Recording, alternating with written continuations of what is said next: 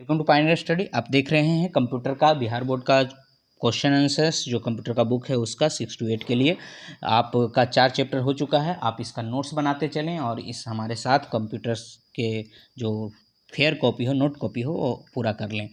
नीचे दिए गए प्रश्नों को विकल्पों को सही उत्तर का चयन कीजिए। एमएस वर्ड का पूरा नाम क्या है? तो एमएस वर्ड का पूरा नाम होता है माइक्रोसॉफ्ट वर्ड। माइक्रोसॉफ्ट वर्ड क्या होता है? Microsoft word. आगे एमएस वर्ड एप्लीकेशन हिस्सा है, तो ये है एमएस ऑफिस का, माइक्रोसॉफ्ट ऑफिस का एमएस वर्ड हिस्सा है। इसमें माइक्रोसॉफ्ट एक्सेल, पावर पॉइंट ये सारे आते हैं। आगे फॉन्ट का आकार छोटा या बड़ा किस चीज़ से होता है? तो इसके लिए हम लोग यूज करते हैं ये जो ए, कैपिटल ए से लिखा हुआ होता है, इससे फॉन्ट का आकार छोटा बड़ा कर सकते हैं। ड्रैग का प्रयोग होता है, इससे हम माउस के साथ ड्रैग ड्रॉप सिस्टम यूज कर सकते हैं।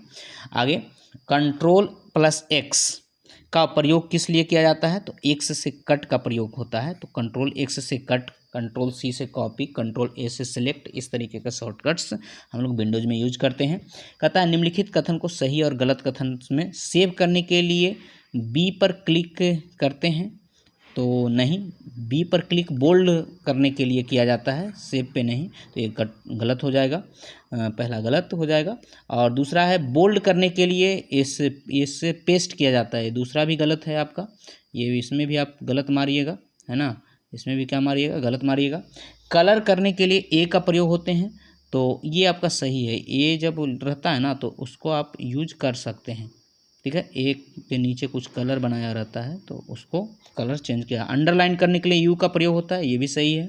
बाएं अलाइनमेंट, पैराग्राफ अलाइनमेंट का एक प्रयोग है, तो हाँ, left alignment, right alignment, centre alignment, इस तरीके का अलाइनमेंट होता है।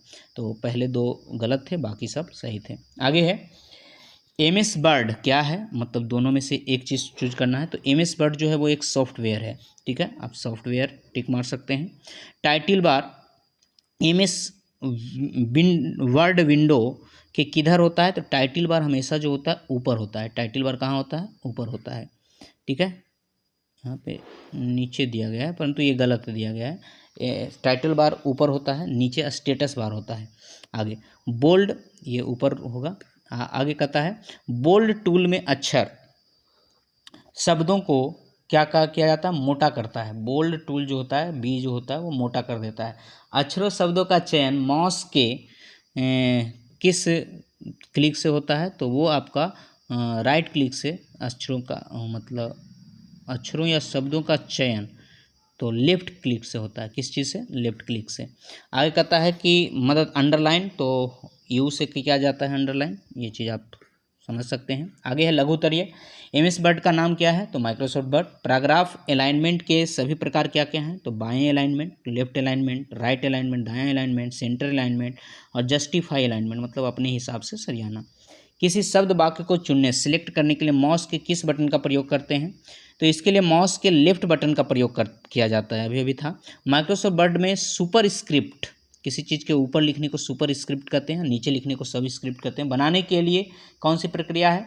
तो इसके लिए अपने कीबोर्ड के वह टेक्स्ट टाइप करें जिसके आप सबस्क्रिप्ट करना चाहते हैं। इसके बाद होम टैब के फॉन्ट ग्रांट में सबस्क्रिप्ट बटन एक पे एक्स स्क्वायर पर क्लिक करें। आप कीबोर्ड से कंट्रोल शिफ्ट या डैश को दबाकर भी सबस्क्रिप्ट अप्लाई कर सकते हैं। बुलेट का प्रयोग हम लोग किस लिए करते हैं? तो बुलेट का प्रयोग किसी चीज़ को सुंदर तरीके से लिखने के लिए किया जाता है। आगे है एमएस वर्ड एप्लीकेशन को कैसे शुरू करते हैं?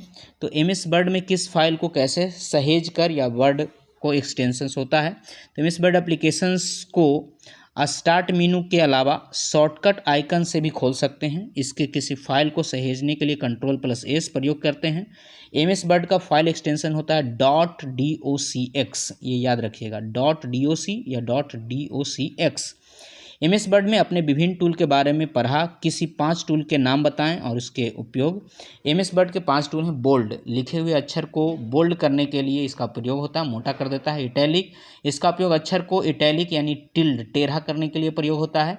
अंडरलाइन, इसका उपयोग शब्दों को अंडरलाइन करने के लिए इसका प्रयोग किया जाता है।